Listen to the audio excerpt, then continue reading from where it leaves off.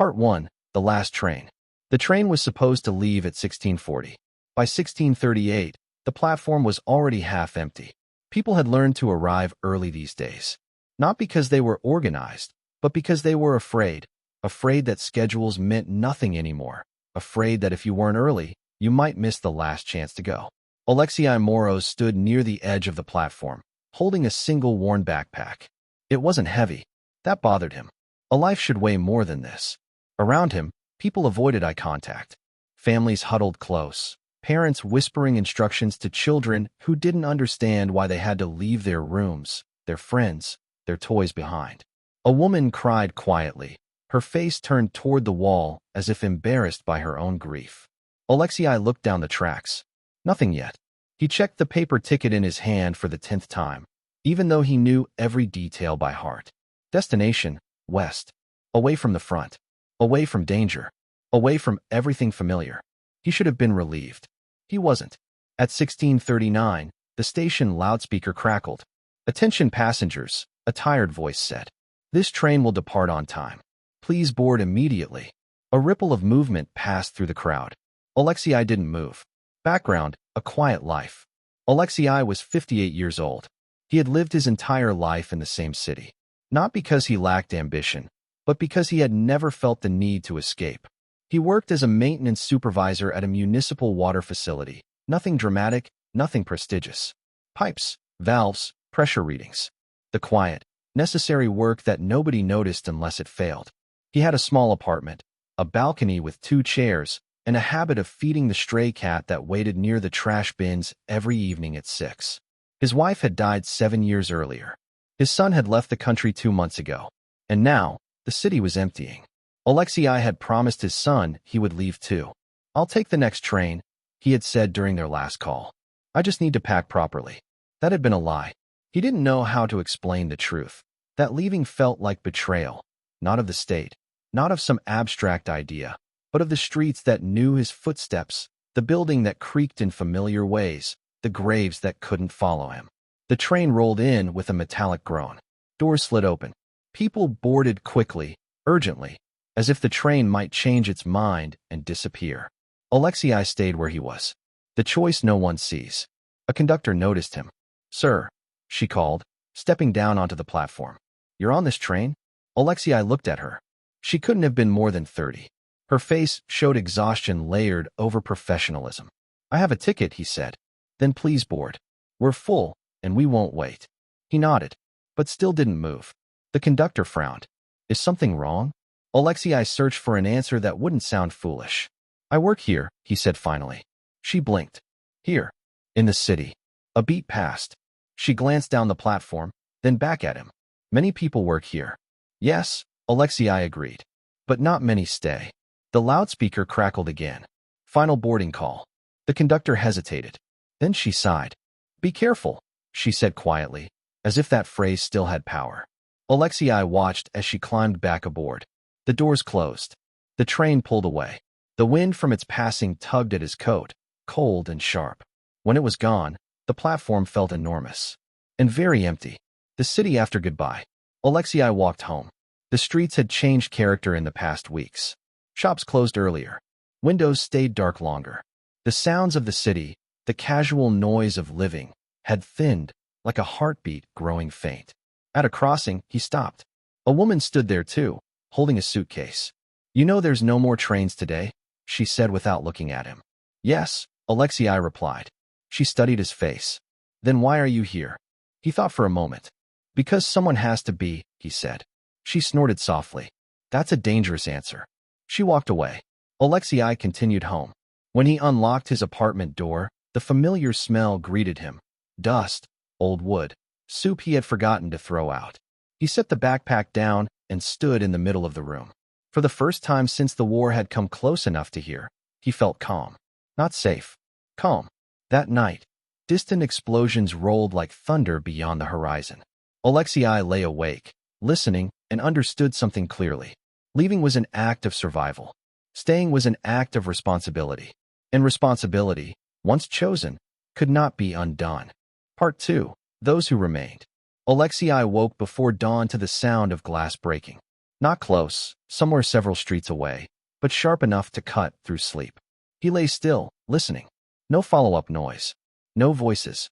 Just the distant echo settling back into silence. He got up, dressed slowly, and made tea using the last of the bottled water. The tap still worked, but habit and experience had already taught him not to trust still to mean safe. From the balcony, the city looked unchanged at first glance. Same buildings, same streets, but the absence had weight now, like a room after a funeral where furniture remains but something essential has been removed. Alexei drank his tea and made a list on a scrap of paper. Check water facility. Check elderly neighbors. Feed the cat. The list calmed him. Tasks always had. A smaller world. By 9, he was walking toward the water plant. The streets had gained a new population overnight. Not people, but things. Abandoned suitcases. A child's mitten. A chair dragged out onto a sidewalk for reasons no one would ever explain. At the corner bakery, the door stood open. Alexei stopped. Inside, bread lay on the shelves, already hardening. The register drawer was open. No sign of struggle. Just absence. Anyone here? He called. Nothing. He closed the door carefully. At the water facility, the gate was unlocked. That worried him more than if it had been forced. Inside, the hum of machinery greeted him like an old friend. Pumps running. Pressure stable. Chlorination normal. Someone had stayed late. Or come early. Alexei checked the logbook. A single entry, written hastily around midnight. Staying. Couldn't leave it like this. He smiled despite himself. So I'm not alone, he said aloud. The first knock. Back at his apartment building, Alexei climbed the stairs instead of using the elevator. On the 4th floor, he paused. Apartment 47. The door was open a crack. He knocked gently. Mrs. Kalinina? A frail voice answered. Yes. Alexei exhaled in relief and pushed the door wider. Mrs. Kalinina sat wrapped in a blanket, her television dark, a small gas burner heating soup. They said the last buses left yesterday, she said immediately. Is that true? Yes, Alexei replied. But you're okay for now. Water's running. Heat's on. She studied his face. You stayed. So did you. She smiled weakly. I couldn't walk fast enough. Alexei nodded. Not everyone stayed by choice. I'll check on you every day, he said. If the water stops, you tell me. How? She asked. He hesitated. Then he took out a notebook and wrote his apartment number. Knock, he said. Loud. The others. By afternoon, word spread, not through phones or announcements, but through footsteps and conversations shouted across courtyards. Those who remained began to recognize one another. There was Yaroslav, the former bus driver who knew every route and side street. Nadia, a school cook who had keys to 3 buildings and more common sense than anyone else. 2 brothers who ran a small repair shop and refused to abandon their tools. And Alexei, the man who knew how to keep the water flowing. They met in the courtyard as the light faded. No speeches. No leader chosen. Just practical questions. How many of us? What do we need first? What do we do if it gets worse? No one answered the last one. The first crisis. It came sooner than expected. At 21:30, Alexei heard pounding on his door. He opened it to find Yaroslav, breathless. Hospital, he said. They're running out of water pressure. Surgery wing. Alexei grabbed his coat. They ran. At the hospital, generators roared, lights flickering like nervous eyelids. A nurse met them at the door, her hands shaking. We don't know what happened, she said. Pressure dropped suddenly. Alexei went straight to the valves. He knelt on the cold floor, listening, not just to gauges, but to the sound of water itself. Years of work had taught him that pipes spoke, if you knew how to hear them. A blockage, he said finally. Somewhere east. If it bursts. He didn't finish. Yaroslav nodded. I know the route. They worked through the night. By 3:10, the pressure stabilized. In one operating room, a woman lived because water flowed when it needed to. No one applauded. No one even noticed. Alexei washed his hands and leaned against the wall, exhausted. For the first time since the last train left, he felt the weight of his decision fully. Staying wasn't symbolic. It was consequential. A new rhythm. Days passed. The city did not collapse, but it did not heal either. It became something smaller, slower, fragile. People shared food, took turns standing watch, learned who could be trusted. At night, distant sounds reminded them the world had not paused just because they had. One evening, as Alexei fed the stray cat, Nadia sat beside him. "You ever regret it?" she asked.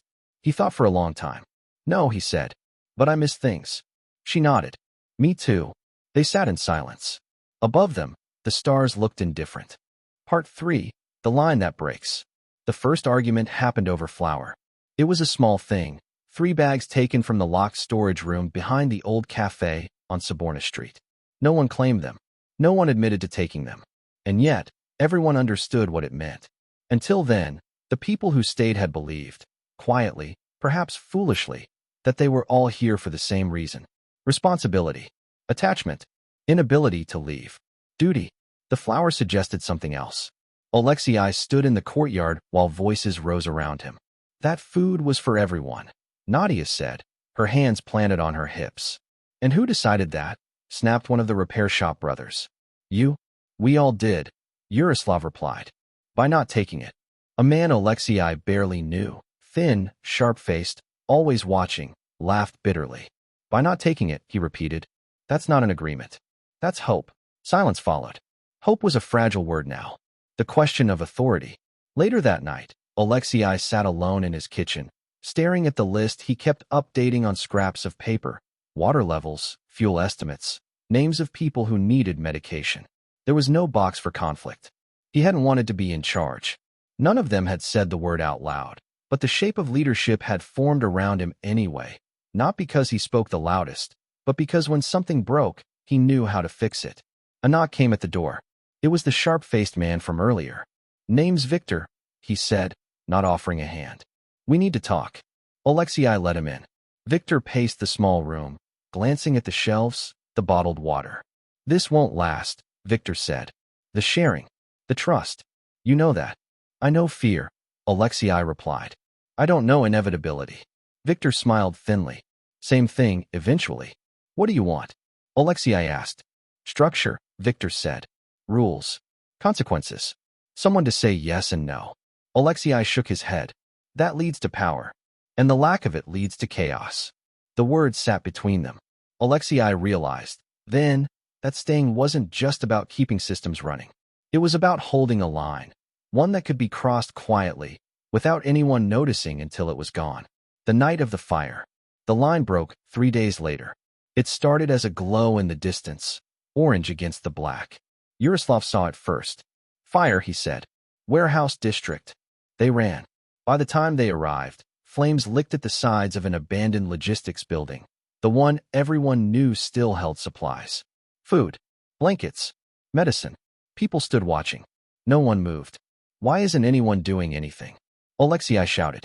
A woman turned to him, her face pale. Because some people are already inside. The truth struck him like a blow. This wasn't an accident. This was cover. Alexei pushed forward. Inside, smoke clawed at his throat. Shadows moved. A figure darted past him carrying a crate. Stop, Alexei shouted. The figure hesitated.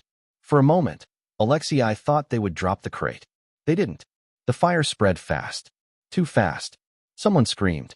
They barely got out in time. By morning, the warehouse was a blackened shell. The supplies gone. Aftermath. No one confessed. No one accused anyone openly.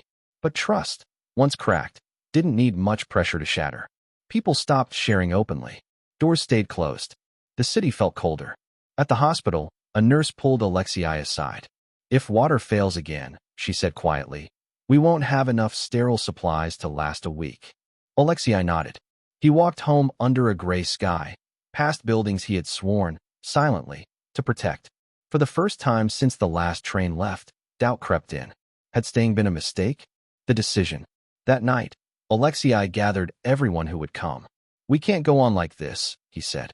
We either agree to protect what's left together, or we admit we're just waiting to turn on each other. Victor stepped forward. And who enforces this agreement? He asked. Alexei met his gaze. We all do, he said. Or none of us do. Victor laughed softly.